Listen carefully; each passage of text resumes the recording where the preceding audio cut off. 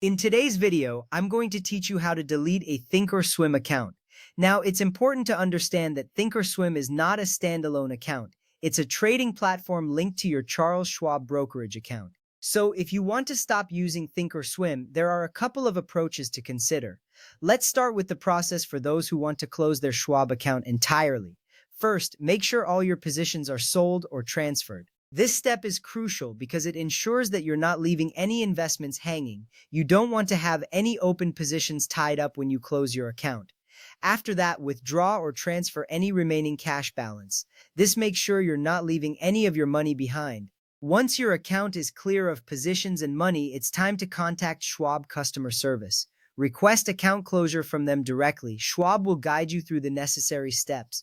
Follow any instructions they give you to complete the process. Remember, their guidance is essential to ensure everything is closed correctly and securely. But what if you only want to stop using ThinkOrSwim and keep your Schwab brokerage account? In that case, you can simply uninstall the ThinkOrSwim app or desktop software. This is a straightforward way to remove the platform from your devices. You can continue to manage your investments through Schwab's website or mobile app.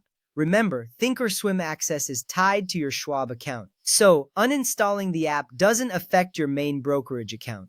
For any specific questions about closing your account or removing platform access, it's best to contact Charles Schwab directly.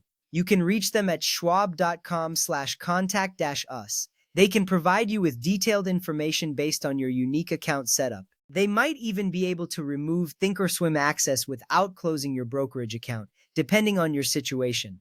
Closing or modifying your account can be a big decision. It's important to take your time and make sure you're making the right choice for your financial future. Whether you're closing your Schwab account or just stepping away from ThinkOrSwim, be sure to review your options thoroughly. It's always wise to consult with Schwab's customer service if you're uncertain about any part of the process.